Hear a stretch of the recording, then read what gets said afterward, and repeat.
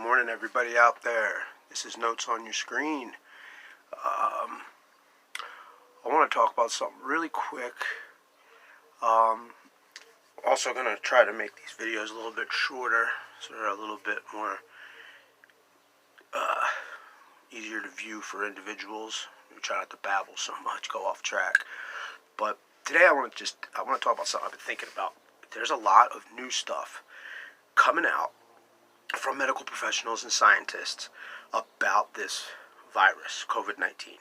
Okay, first it started off respiratory. They pneumonia symptoms, fever, sneezing, droplets, all this kind of stuff.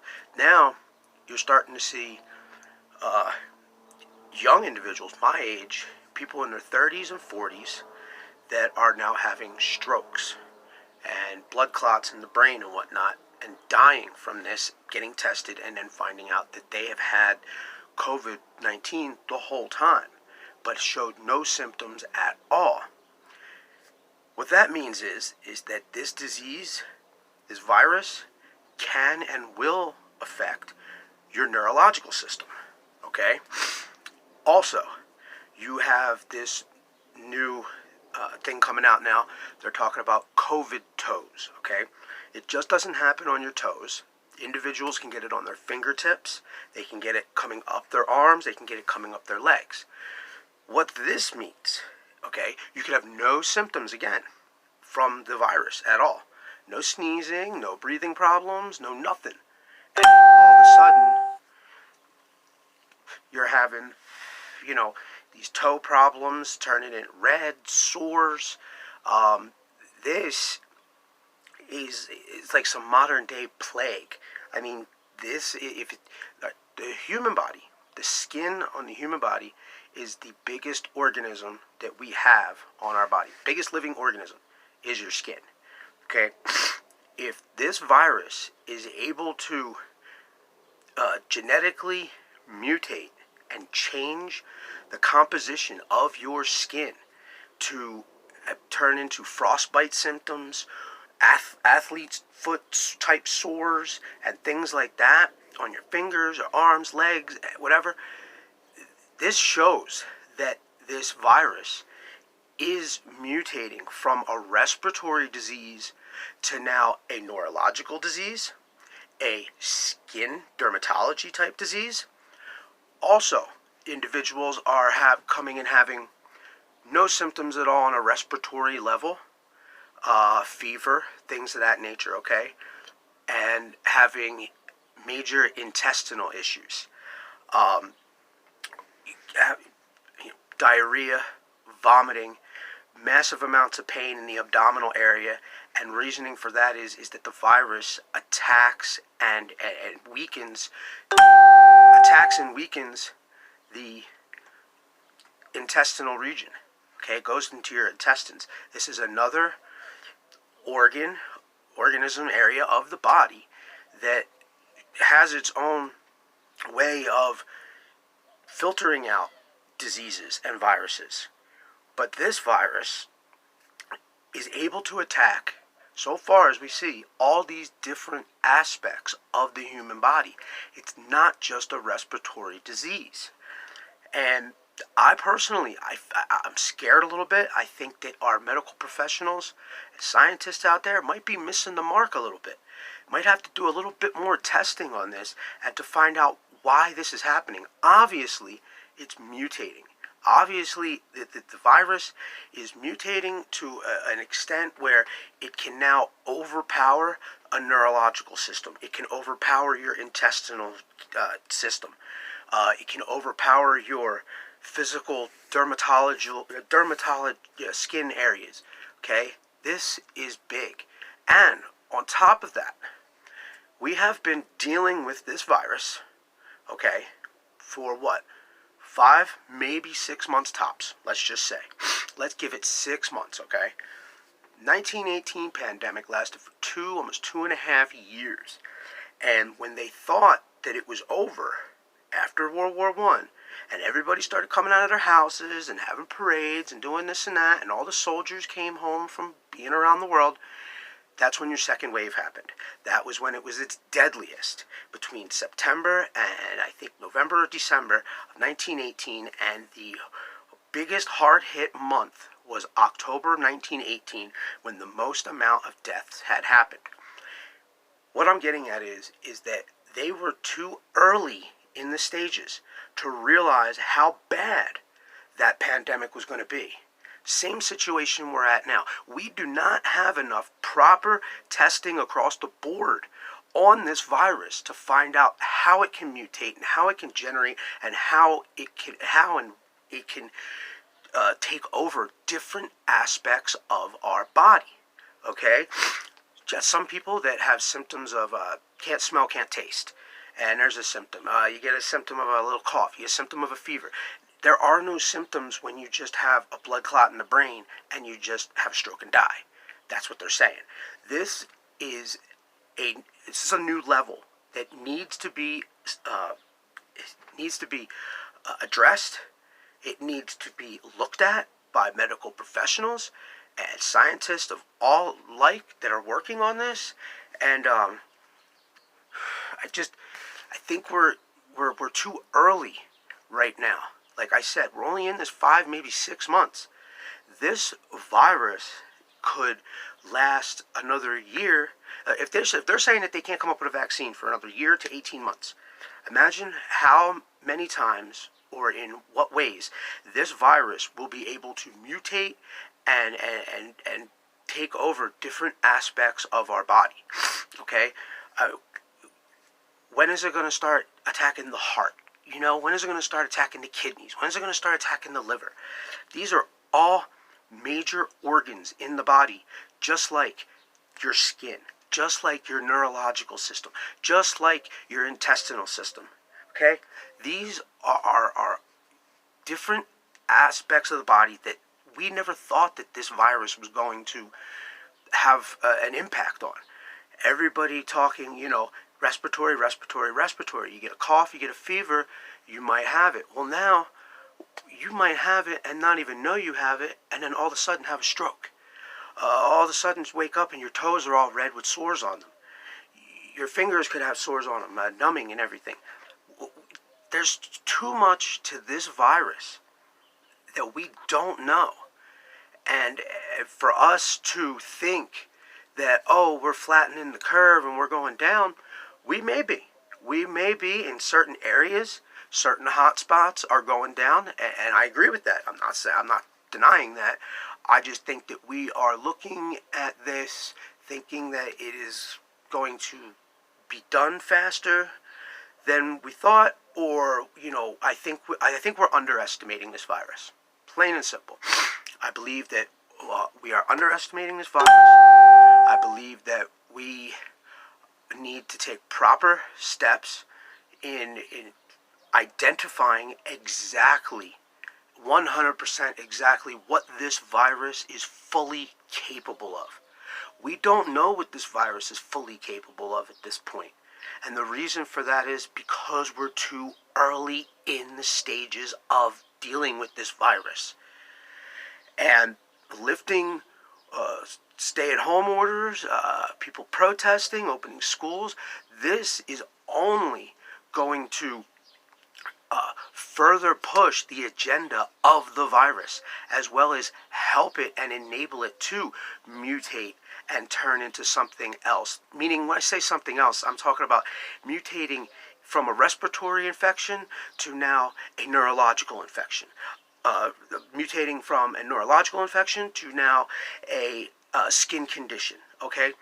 We don't know enough about this virus to honestly put an actual label on it either. They want to call it SARS-CoV-2, severe acute respiratory syndrome. Okay, I get that. It has those characteristics, but now new information coming out medically and scientifically saying that this can affect the neurological system. This can affect your skin. This is a game changer, and we need to take this seriously. I'm not trying to scare anybody. I'm trying to speak truth to individuals about what we're doing. And in my opinion, we are prematurely labeling this virus and identifying this virus and letting people know what this virus is capable of doing prematurely because we are too early in the stages. This virus could keep mutating over and over again and keep learning how to attack and destroy different parts of our body. It's I don't get it. I mean, I think we need to address this to the medical professionals and the scientists out there that are working on this, and look at it and try to find out how this mutates and how this will differ in different people's bodies. Look at someone that is 30 to 40 years old, showing no signs of the virus whatsoever, and then having a stroke and dying. Could this virus be genetically mutating and taking our genetics and speeding up our genetic process? Meaning, I'm 41 years old. I'm somewhat healthy, okay? I smoke cigarettes and I drink. But let's say when I'm in my 60s, it's predetermined that I'm going to have a stroke from blood pressure or something. Could this virus genetically mutate itself to genetically mutate my genetics into speeding up what's going to happen to me in the future? It's something I'm wondering. People that are getting these intestinal issues, could that be something that they could be predetermined to get later in life? The stroke, could that be something that you're predetermined to get later in life? This COVID toes, the frostbite thing, that has, it has some similar aspects to arthritis under the bones and everything. Could that be a predetermined, like sped up genetic mutation of something that you're going to deal with later in life? When is this virus, like I said before, going to start going for liver, kidneys, heart?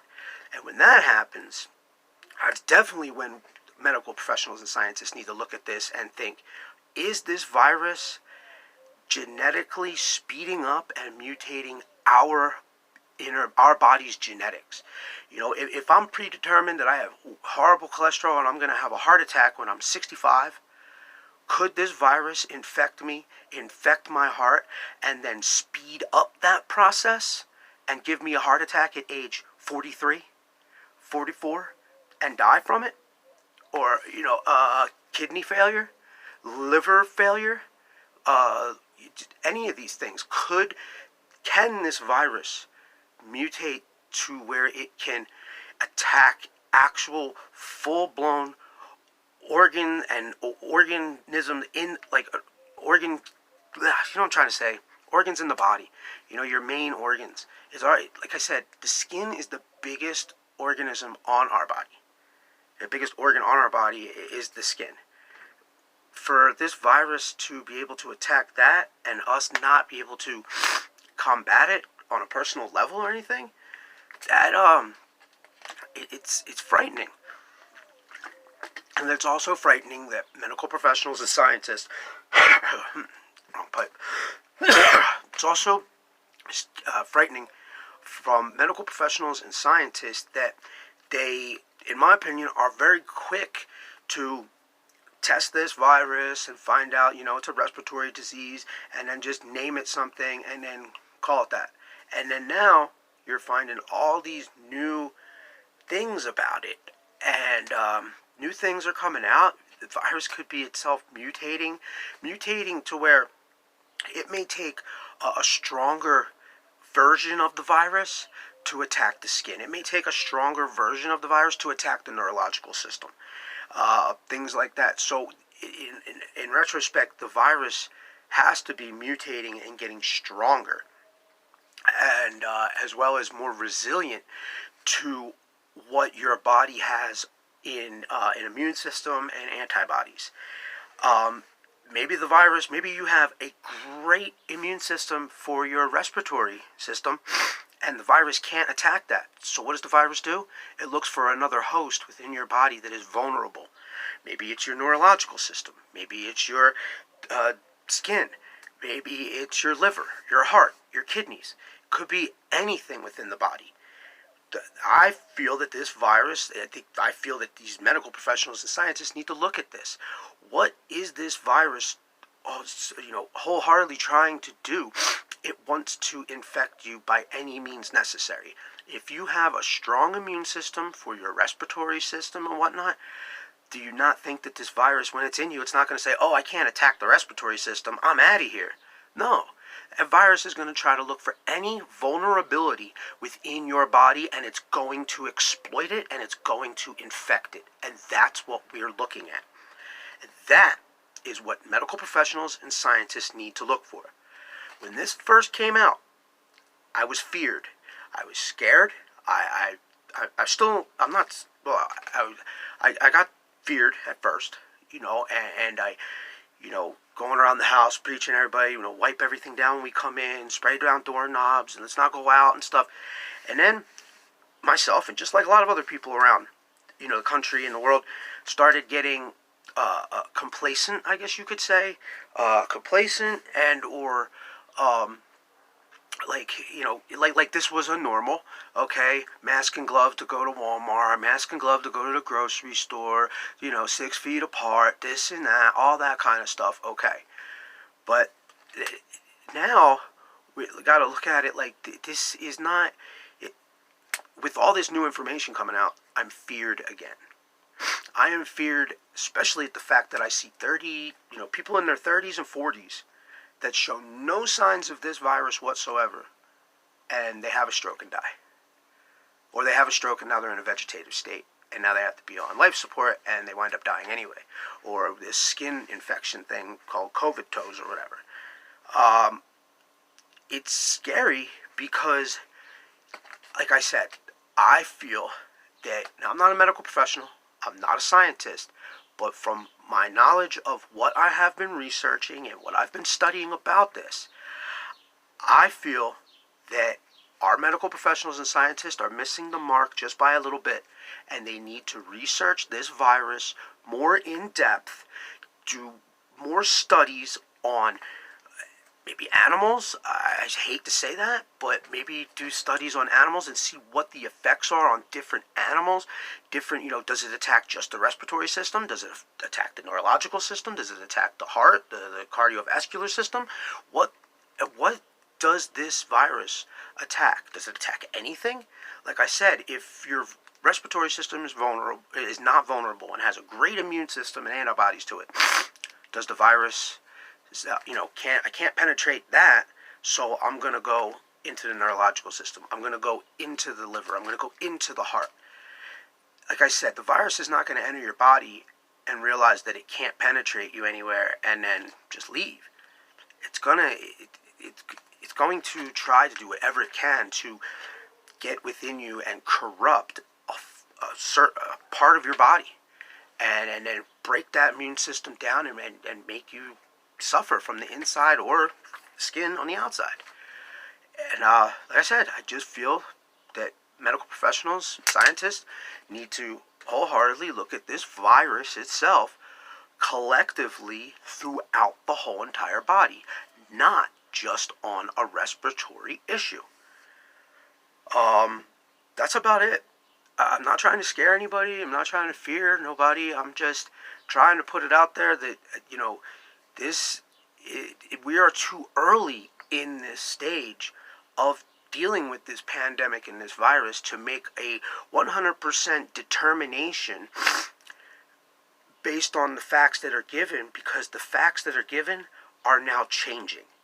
And with the facts changing, this means that the virus itself may be changing. And when I say changing, I'm talking about genetically mutating itself to be able to overthrow and take over different parts of the human body. Whether it's your neurological system, your heart, your skin, liver, kidney, whatever it is, okay? This is something that we need to look at on a whole within the medical and scientific fields. I'm done right now, done ranting. Hope everyone has a great day. Hope everyone stays safe. If anybody wants to subscribe, like my videos, comment, or leave me an email, anything like that, please share all that stuff. Thank you very much for watching. Anybody out there that wants to help our first responders or our nurses and doctors on the front line, please go to redcross.org.